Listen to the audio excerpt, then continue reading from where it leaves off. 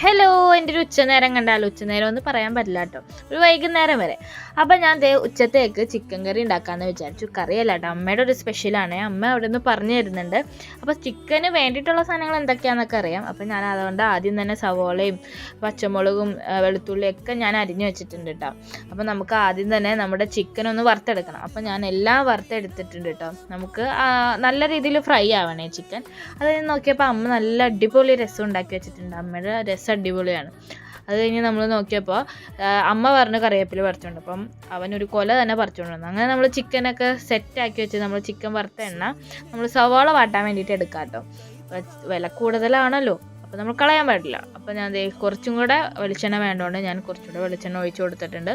അങ്ങനെ നമ്മൾ സവാളയൊക്കെ ഇട്ട് നല്ല രീതിയിൽ വാട്ടണം കേട്ടോ.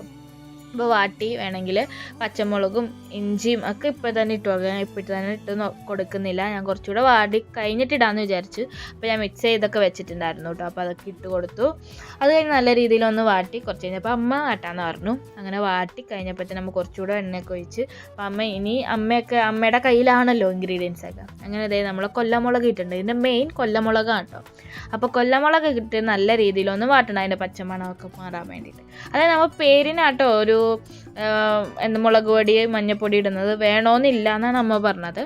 അങ്ങനെ കളറ് കിട്ടാൻ വേണ്ടിയിട്ട് നമ്മളൊന്ന് ചെറുതായിട്ട് ഇട്ടുന്നുള്ളൂ കേട്ടോ, അറിയും കൂടി ഇല്ല. കൊല്ലമുളകിൻ്റെ ടേസ്റ്റാണ് നമുക്ക് കിട്ടുള്ളൂ.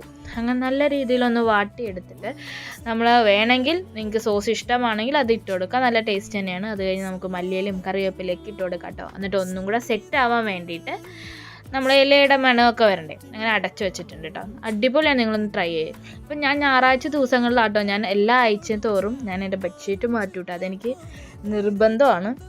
അതുകൊണ്ട് ഞാൻ ബെഡ്ഷീറ്റൊക്കെ അടിപൊളിയായിട്ട് വിരിച്ചിട്ടിട്ടുണ്ട് കേട്ടോ. അത് കുറച്ച് നേരത്തേക്കുള്ളൂ. എൻ്റെ ഭർത്താവ് വന്നു കഴിയുമ്പോഴത്തേനും ഇതെല്ലാം ഇങ്ങനെ നല്ല ഗൈസ്. അപ്പം ഞാൻ ബെഡൊക്കെ ഒതുക്കി നമ്മൾ പുതപ്പൊക്കെ സെറ്റാക്കിയിട്ടിട്ടുണ്ട് കേട്ടോ. ഇങ്ങനെ തന്നെ കിടന്നാൽ മതിയായിരുന്നു രാവിലെ വരെ. അങ്ങനെ സെറ്റാക്കി എടുത്തിട്ടുണ്ട്. ഞാൻ അപ്പോഴത്തേനും നമ്മളെ റൂമൊക്കെ തുടച്ച് ജോലിയൊക്കെ കഴിഞ്ഞ് നേരെ കുളിച്ച് ഫുഡ് കഴിക്കാമെന്ന് വിചാരിച്ചു. നല്ല വിശപ്പുണ്ടായിരുന്നു കേട്ടോ എൻ്റെ പൊന്നെ.